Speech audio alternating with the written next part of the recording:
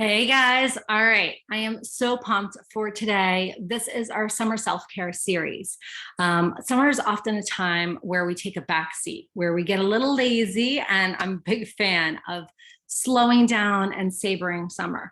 And one of the things that I thought about was a lot of my people, my clients, our team, we tend to be high achievers and we're trying to slow down over the summer.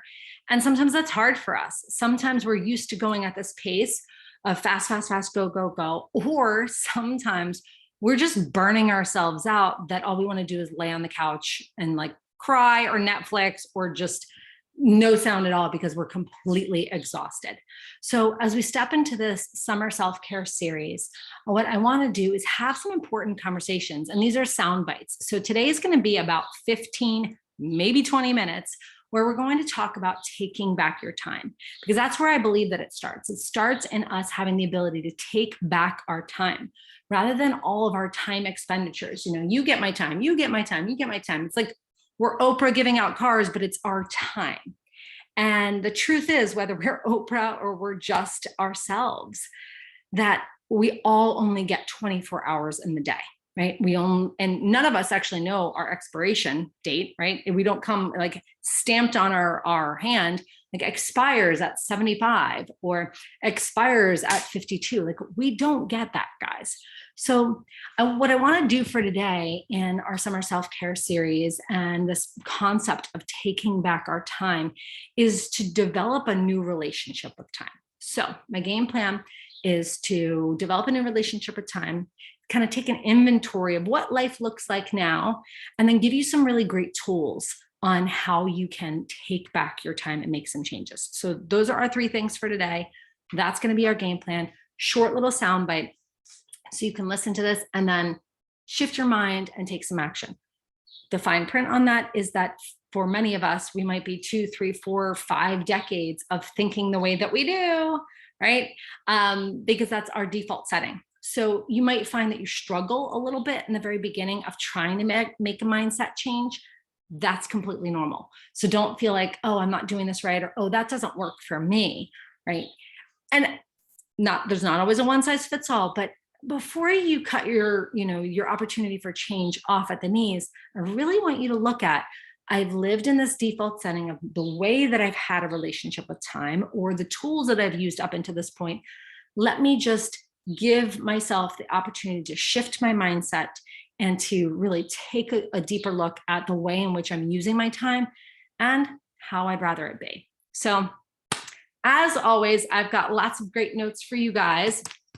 This could be a great time for you to take out a notebook, take a couple of notes, even open up your phone, even though I'm not a big fan of distractions, and take a few notes because I'm going to give you some important talking points for today to get your gears turning, right? Some questions that we ask for today might end up being some journaling questions and prompts for you.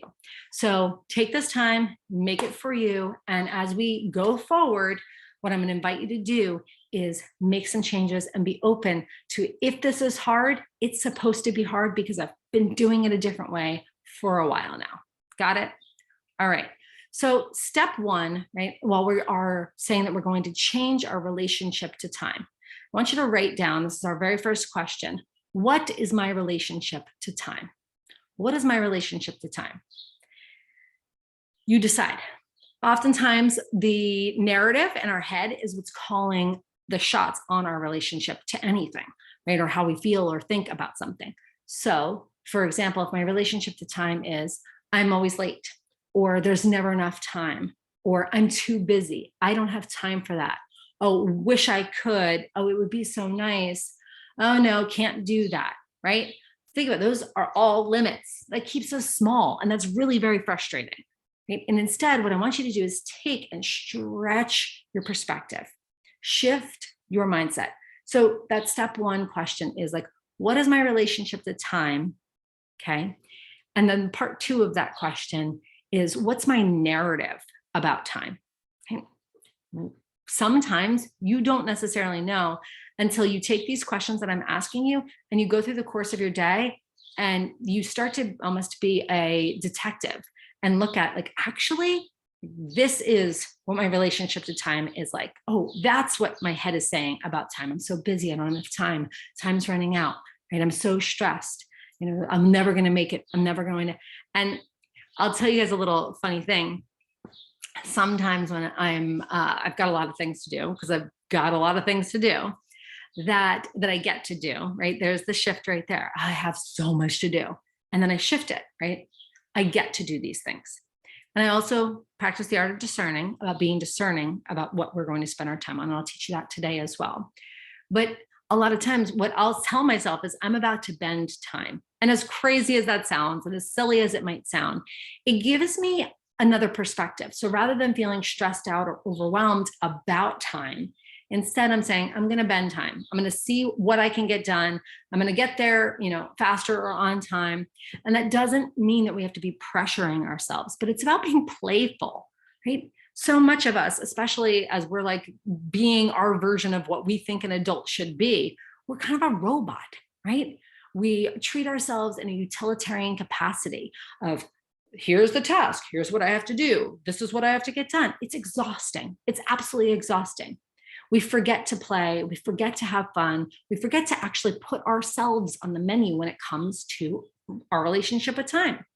So we have to start by taking stock of the way in which we're spending our time. So whether that means for you that you need to open up and look at your calendar, or you need to sit down and kind of take an inventory of what are the ways in which I'm currently spending my time. So that's our next question. What are the ways in which I'm currently spending my time? Part two of that question is this working for me? I know, it's like the come to Jesus question, right? Is this working for me? Sometimes it is, and sometimes it's not. We can also get even more in depth into defining what does working for you actually mean. But it comes back to like, how do you feel? How do you feel? Do you feel stressed out and overwhelmed? Do you like feeling stressed out and overwhelmed? A lot of us kind of just accept that, right? We say like, oh, well, that's just, part of the territory. I'm a parent, or I'm working, or I'm, running this company. Oh, stressed out and overwhelmed. That's just how it's going to be. Truth is, no, it doesn't have to be that way. I'm telling you that not only as a psychotherapist, but I'm telling you that as a person who runs their own company and has a family. Like, it doesn't have to be this way. Right? You get to decide. Your narrative doesn't always have to be, I'm stressed out, I'm overwhelmed, there's never enough time, right? There can be time for you on the menu, and there can be time for play. There could be time for pleasure. There could be time for enjoyment. There could be time where you lose yourself in the experience that you're having because you are enjoying yourself so much, or you're actually present rather than thinking about the 14 other things that you need to do later on. So taking stock, take that inventory, right? How am I currently spending my time? Is it working for me, right? Is that working for me? My next question for you, because I'm a big fan of all the questions, my next question for you is, where do I lose time? Right? What are my time sucks? What are they? Right? We just have to be honest with ourselves. For a lot of us, it's this thing right here, right? Scroll, scroll, scroll, scroll, scroll, scroll, scroll, scroll, scroll. Well, the truth is, and if you've listened to the podcast that I did with Dan Altoff on the Mindrise podcast, so good. One of the things that we talked about is a lot of times when we scroll, scroll, scroll, it's really like our body craving movement. It's really our emotional centers craving connection, right? So what are the ways in which you're losing your time?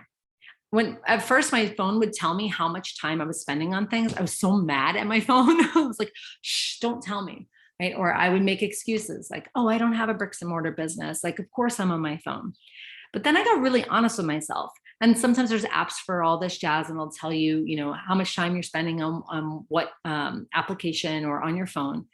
But there's a lot of truth when we say like, oh, I'm actually just scrolling so that I can kind of check out, right? Or I'm feeling overwhelmed.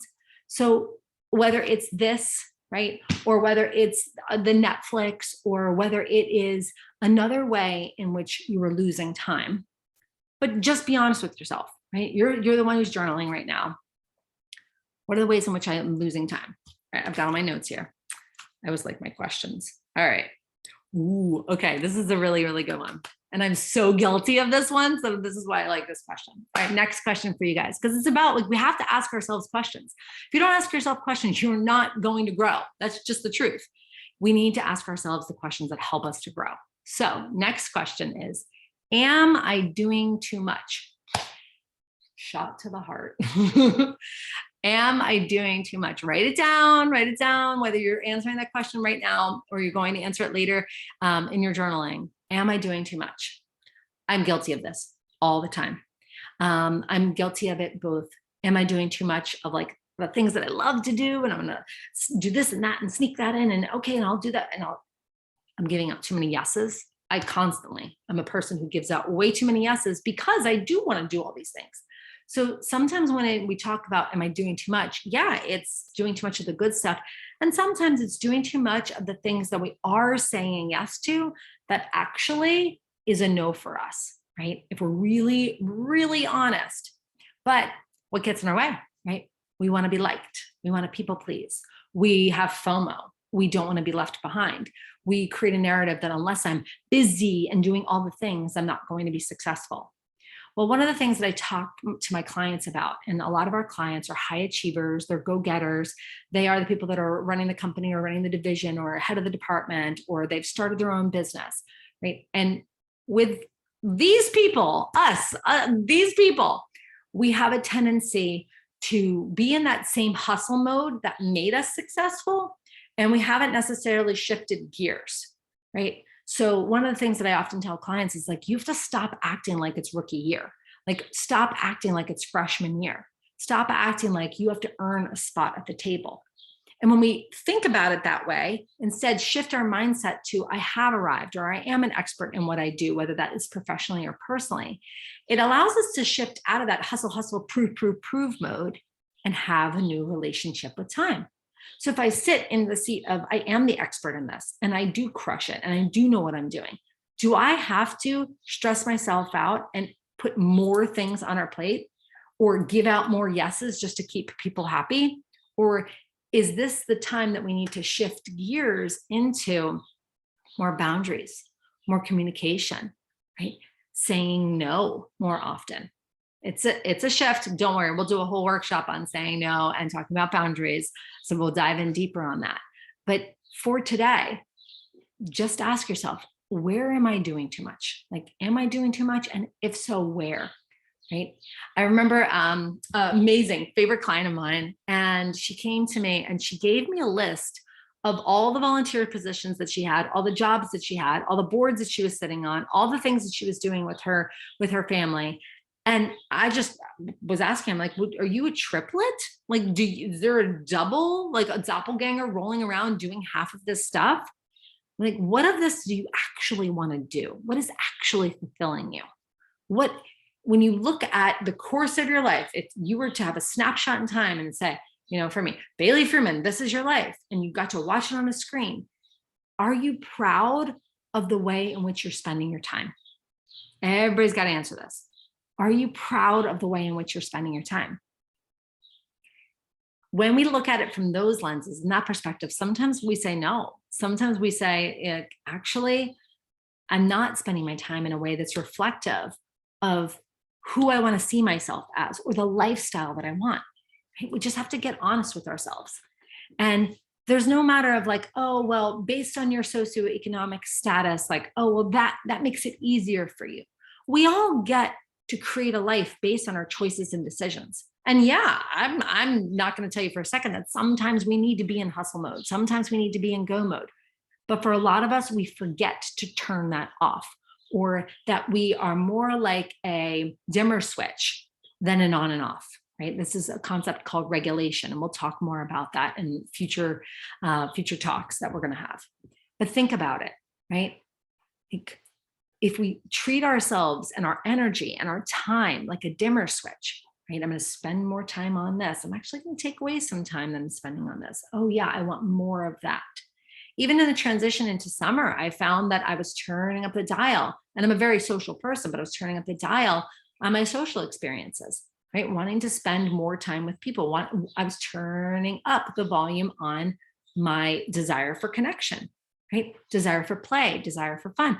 And I was taking a good hard look at the business and saying, okay, we launched the journal, which I'll tell you guys more about, but we launched the journal and we're going to do the summer series. But other than that, like I'm not adding a bunch of new initiatives to my calendar for the summer because I want to just, I'm not turning work off. It's not on off switch. I'm just dimming the work switch for the summer for right now. And you know what? With the seasonality of my business, that works, right? That works for this season right now. And season might be like the weather season, or a season might just be the ebbs and flows in your own work pace, whether you work for yourself or you have a corporate job or you're a stay-at-home parent, right? There are different seasons. We'll talk about that in another talk. We got lots to talk about. I'm going to take notes on all the things we're going to be talking about: boundaries, seasons, regulation, emotional, physical, energetic regulation. So much goodness. Okay, so we're doing great on time. I'm going to give you guys a couple of tools for today. So here are your key tools. Oh, sorry, guys. There was a spider trying to make its way on my leg. Not even going to edit that part out. I love it. Okay. So this is just real life. Okay. So here are 4 tools that I want you to write down. You can do number 1, 2, 3, 4. And these are the 4 tools that I want you to just play with. On top of the mindset shift, here are some tools that I want you to put into action and just play with how they work in your life. 1, spend time identifying those time sucks and bonus points for why am I allowing a time suck. So an example of this could be, like I said, the scrolling. Oh God, that's a time suck for me. Oh, okay. It's because I need to move my body, or it's because I am feeling disconnected, or it's because I need to check out because I'm so stressed. Just identify what it is, right? This is a process that I often call observing and catching, and I can teach you guys more about that later on. But just take an inventory, right? What are my time sucks and why? A time suck can be, and I know this, no diss to all the kids that need rides here, there, and everywhere, but that can often be a time suck. You know, I'm actually going to get off this video right now, and I'm going to go grab my daughter at camp. Well, that's a half-hour ride for me. And one could say like, oh God, commuting, it's a time suck, right? But how can I optimize my time? Maybe I'm making a call and catching up with a friend. Maybe I'm not listening to anything at all in the car because I need some downtime, right? Maybe instead we can take these time sucks, whether it's something that we're doing that we don't need to do, like the scrolling, or if it's something like a commute that we need to do, and I'm plugging into a podcast or I'm plugging into a TED Talk, something that's going to fuel me, right? There are different ways that we can do this. Okay, so tool number 1 is like, what are my time sucks and why? Number 2, delegation. Who else can do this? I know. Everyone's like, well, no. I could do it quicker. I could do it faster. Oh, sure. But I'm just going to go ahead and tell you, if you teach a man to fish, right, they eat forever. So this is really important, whether we're delegating to our 5-year-old on how to separate the laundry, or we're delegating to someone at work that maybe it's going to take them a little bit longer. But what we need to do is build that muscle of delegation, right? Your muscle of doing all the things, it's likely really strong, right? That's like your Popeye arm. And this is your olive oil arm, right? This is the arm that's weaker. And this is something that you need to work on. So delegation, who else can do this than me, right? That's our tool number 2. And again, whether it's that you have to build in time of like, okay, I'm going to turn the laundry over to the kids, right? I have to adjust my expectations. That's okay, right? This is a longer term benefit.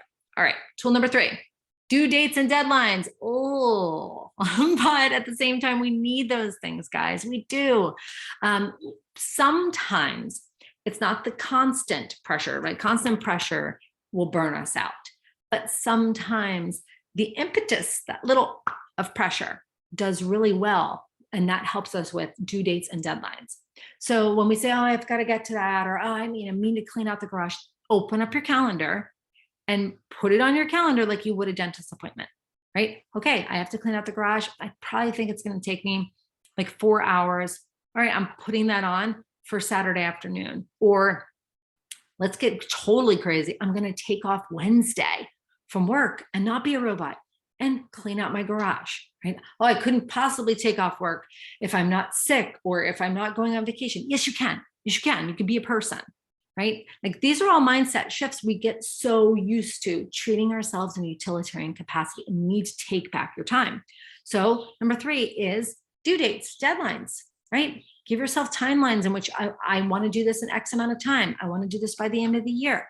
And just see, take note that again, this is in that range of regulations. A little bit of pressure actually does work when applied correctly. So give yourself some due dates, give yourself some deadlines. And then even going back to tool number 2, those people we're delegating to, don't be shy. Give them due dates. Ask them, hey, I need this done.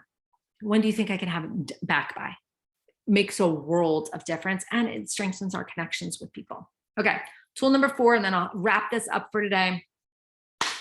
Habits. What are your habits? Right? When we talk about taking back our time, do you use a calendar? Do you put things into your phone? Do you have a paper calendar? Do you make a list? Right? When we talk about our relationship to time, what are our habits that support that relationship?